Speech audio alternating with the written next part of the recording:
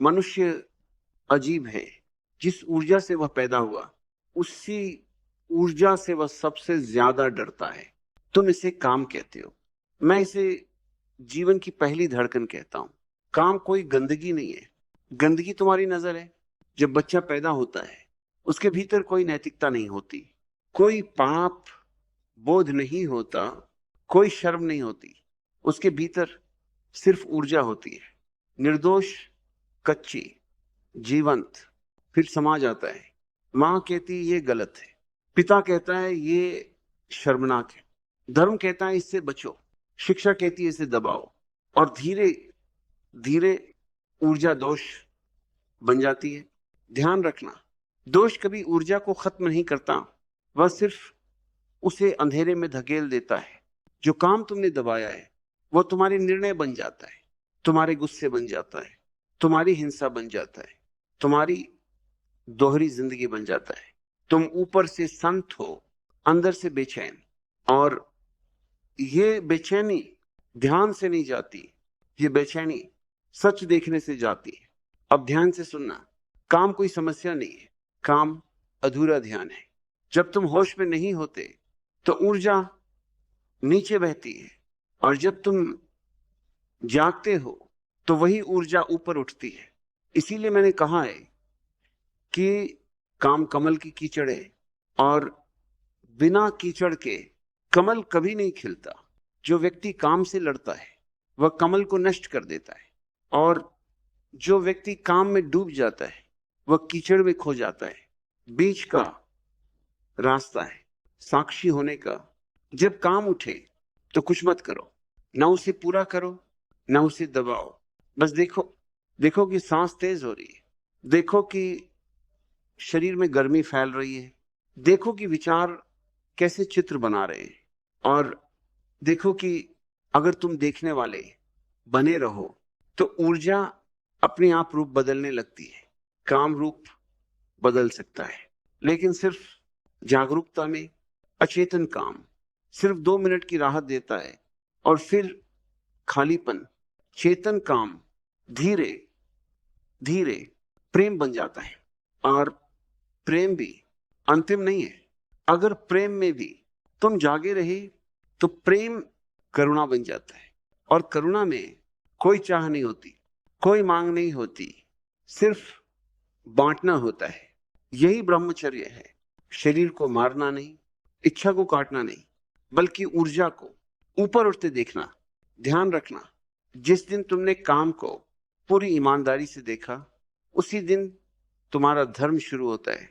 धर्म मंदिर में नहीं है, धर्म तुम्हारी सबसे गहरी चाह में छिपा है।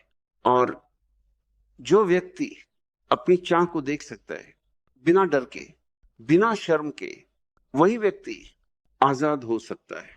काम से मुक्त वही होता है जो काम को पूरी तरह समझ लेता है। बाकी सब या तो दमन करते हैं या भोग में खो जाते हैं। मैं तुम्हें दोनों से बाहर ले जाना चाहता हूं, जहां ऊर्जा है लेकिन गुलामी नहीं, जहां आनंद है लेकिन मजबूरी नहीं, जहां जीवन है लेकिन अंधापन नहीं। और जब ये घटता है तो पहली बार तुम्हें मौन सुनाई देता है। उस मौन में न पुरुष है, न स्त्री है, न काम है, न त्याग है, सिर्फ होना है। यही अंतिम सत्य है, और सत्य कभी भी भीड़ को अच्छा नहीं लगता। अब अपनी आंखें बंद करो, कुछ बदलने की कोशिश मत करो, कुछ पाने की इच्छा मत करो, सिर्फ बैठो और सांस को आने जाने दो। सांस अंदर आती है, सांस बाहर जाती है, तुम कुछ नहीं कर रहे, जीवन हो रहा है। अब ध्यान शरीर पर लाओ, जहां भी संवेदना है, गर्मी, कंपन, दबाव, शिर, हलचल, उसे नाम मत दो, उसे अच्छा बुरा मत कहो, सिर्फ देखो।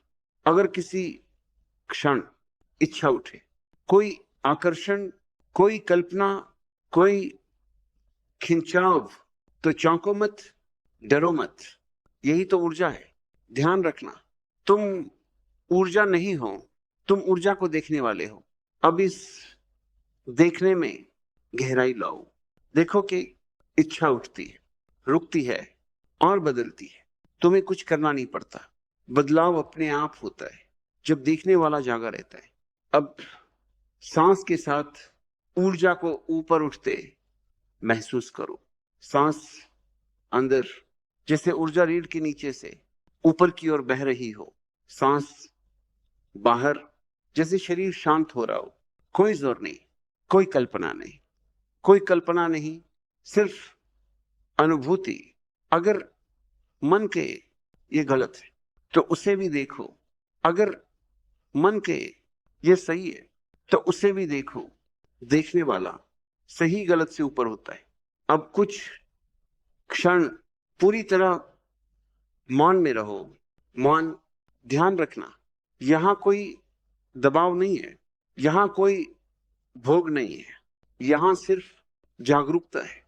और जागरूकता में ऊर्जा शुद्ध हो जाती है।